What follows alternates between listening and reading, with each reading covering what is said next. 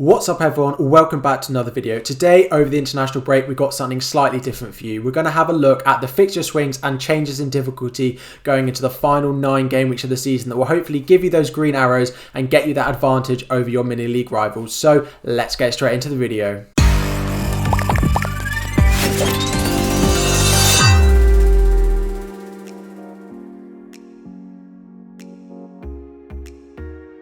So, as I said, we're going to have a look at the best and worst fixture swings and fixture runs in the final 9 game weeks of the season. So whether you're playing your wildcard or whether you're just looking to buy some players, buy some differentials to get ahead of your rivals and get those green arrows, hopefully this will give you some teams to target and maybe some teams to avoid as well.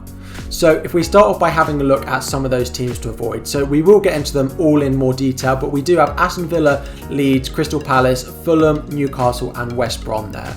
So if we start off at having a look at their individual fixture runs, so the first one we've got is Aston Villa. Now Aston Villa are one of the most popular teams in FPL this season. The likes of Watkins, the likes of Grealish, the likes of Martinez in defence have been really highly owned. However, if you look at their fixtures from now until the end of the season, it is probably the most difficult run out of any team in the league. Now, I don't necessarily think you should own none because they do have okay fixtures like that Fulham at home, that West Brom at home and that Crystal Palace fixture. But I do think it's time maybe not to have triple or double Aston Villa, and I certainly will be moving away from some of their assets. Next up we have Leeds. Now Leeds is a bit more difficult. They have some really nice fixtures like Sheffield United at home, Brighton, Burnley and West Brom. However, it's key to remember that Leeds are kind of in the middle of the table. They aren't really competing for Europe, and a lot of these teams they're going to be coming up against, particularly at the end of the season, the likes of Burnley and Brighton are going to have something to fight for. They may still be combating relegation. So yes, they've got some difficult fixtures and they'll also be playing some teams which have something real to fight for.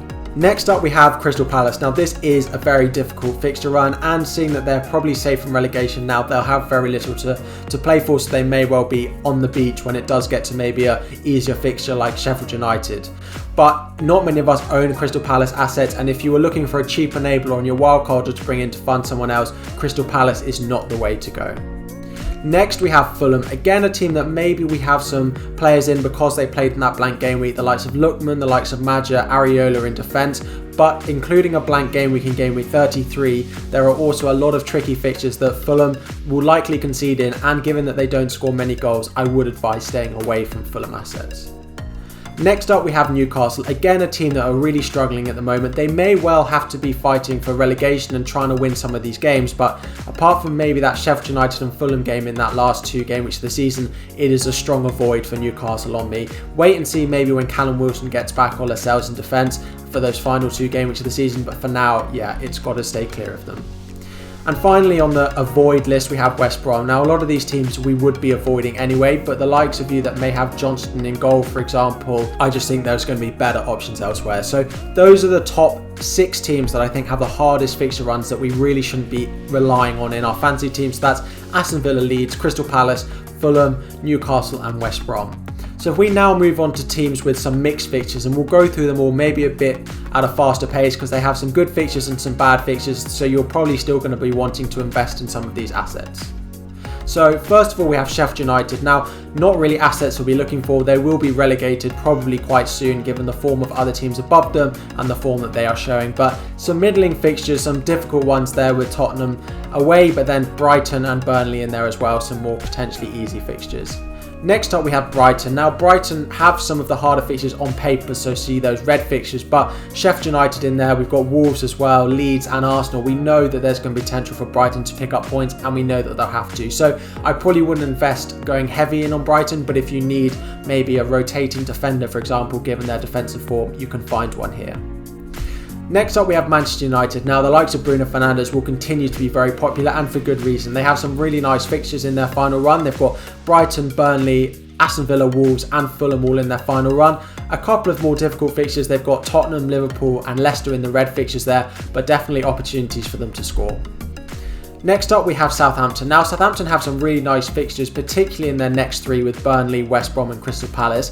However, this is followed by a blank game week in game week 33 and then Leicester and Liverpool in the next game weeks after that. So again, some really nice fixtures for Southampton, particularly got some really nice cheap assets, and we know they'll have a double game weekend there as well. So it may be worth having one of these players if you can find a way to rotate them into your team.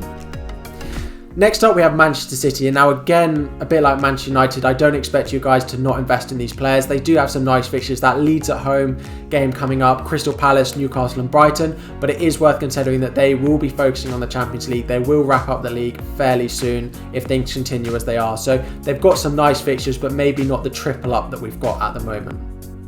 Next, we have Tottenham, another team that I think a lot of us are invested in a lot. And actually, now that they've been knocked out of the Europa League, their rotation will probably go down. They'll have to focus on the league to try and get that top 6 position. So some of these fixtures like Newcastle away, Sheffield United, they've got Leeds, Wolves, Aston Villa all in the running. I think there's potential for some really nice Spurs returns if they can continue to see the form we've seen in some of the game weeks. As well as this, they do have a double game week in there as well at some point to be added. So yeah, I do like Spurs' run in. Next up, we have Chelsea. Now, Chelsea's fixtures run, particularly over the next few, is really nice. So West Brom, Crystal Palace, Brighton and Fulham all in their next 5 with West Ham in there as well. But potentially at the end of the season, it's slightly more difficult. But we've seen that they can keep a clean sheet against practically anyone. So particularly their defensive assets, the likes of Rudiger, Azpilicueta, is definitely worth looking to invest in. Next up, we have Everton. Now again, Everton are a team that probably won't have that much rotation. They will be fighting for those European places. So Crystal Palace, Brighton, Aston Villa, Sheffield United, Wolves, all of these fixtures are potentially good from an Everton point of view. Again, they have some cheap assets, particularly in defence, so great for rotation if you don't want to play them in some of those potentially more difficult fixtures that they've got. And the final middling fixture we've got is Burnley. Now Burnley, again, they are good defensively, not that great going forward, although Wood has stepped it up a little bit in recent weeks. Likes of Southampton, Newcastle in the next couple, as well as Fulham, Leeds and Sheffield United in their last 4. Gives a good base if you want to rotate those Burnley defenders into your team. Now, it is worth remembering that, again, it's worth noting when they will be safe from relegation if they get to that point before the end of the season. So they may be less focused on the league as they are now. So those were the teams that we looked at with some mixed fixtures. We've looked at the ones with the poor fixtures. Now let's get into the teams that I think have the best fixture run-ins. And that is 5 teams. You've got Arsenal, West Ham, Leicester, Wolves and Liverpool. So I think they've got some of the best fixtures going into the last 9 game weeks. And you should probably be looking to invest in some of the assets in here if you don't own them already. So let's start off. First of all, we're going to put in Arsenal. Now, in game week 30, they have Liverpool at home, so it's no rush to be buying your Arsenal assets at the moment. However, they do then have Sheffield United, Fulham, Newcastle, West Brom, Crystal Palace and Brighton all before the end of the season.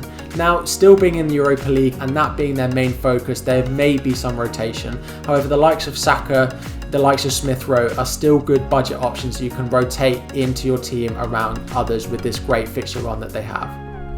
Next up, we have West Ham. Now, again, there are a couple of tricky fixtures in here, like Leicester, Chelsea, and then that Everton at home fixture potentially. But we know West Ham are such a good team this season, both defensively, some great defensive form, assists from the likes of Cresswell and Koufal, and goals from Dawson. And then going forward, the likes of Antonio and Lingard. Some of the good fixtures they've got on here, like Wolves, Newcastle, Burnley, and then the final 3 game weeks of the season, they have Brighton, West Brom, and Southampton. If they're still fighting for European places, whether that's Champions League or whether that's Europa League, this could be a great time to buy into the assets if we don't own them already. Now, third on the list, we have Liverpool, and with one just red fixture, this could potentially be the best run-in out of any team in the league. Now, the ownership of a lot of these players has dropped, the prices has dropped, which makes them great differentials if you can jump on them early. In the final run-in, we've got fixtures like Leeds, Newcastle, Southampton, then West Brom, Burnley, Crystal Palace. If they're still, fighting as they may be for Champions League spot to get that 4th place, if they get knocked out of the Champions League, I think the likes of Trent, Jota, and even the more expensive players and the likes of Salah could be great differentials. Again, with some of the other teams like Arsenal, it is worth remembering that there may be rotation in and around the Champions League, but I still think this is a great run-in and it will be a fixture run that I definitely will be targeting myself. Next up, we have Leicester. Now again, potentially it's not something to act on straight away. We've got Manchester City at home and then West Ham away in the next 2. However, after that, the fixture run does take a really nice turn. So they've got West Brom at home, Crystal Palace, Southampton and Newcastle all in a row. And then it's slightly more difficult at the end with Manchester United, Chelsea and Tottenham, but they will be needing to win these games given their position in the league. And then no rotation with no Europa League, no Champions League or anything like that. So nice fixture run, we know what they can do, so yeah, definitely another team that I'll be looking to target. And finally on this list is Wolves. Now, this is a team that we haven't really owned particularly, especially since Jimenez got injured, but there's a really nice run in that they have. So Fulham, Sheffield United, Burnley, West Brom, Brighton, all in a row. That's a really nice fixture run, potentially for their defensive assets more than their offensive assets. They haven't been scoring that many goals, but the likes of Bolly, the likes of Connor Cody, the likes of Saïs in their defence could make really hot differentials that nobody really owns at the moment that could help boost you up the rankings going into the final game weeks of the season. So with that all being said, let's just have a quick summary. So on here, you've got a quick screenshot, take it how you want. I will be posting it on Twitter as well. The teams that I think you should potentially avoid. Now, I don't think you should necessarily sell them all. You know, having no Aston Villa and no Leeds is probably not what I advise, but a lot of us, like myself, have got triple Aston Villa, triple Leeds, and I don't think that's a good choice going into the end of the season. Selling some of those in that sort of red box to move them into the players and potentially in that green box with teams to target with Arsenal, West Ham, Leicester, Wolves and Liverpool, I think would be a really strong strategy for some of you to help you get those green arrows, make that competitive advantage over your rivals. So that's all we've got time for in this video. I hope you find it useful. If you have any questions about any of this, drop it in the comments down below, or questions about your team, do let me know either on YouTube or over on Twitter. If you have liked the video, make sure to hit that like button and subscribe to the channel. There's plenty more to come throughout the international break and to help you get those as many green arrows going into the final game of the season. So thank you all for listening, and I'll see you all next time.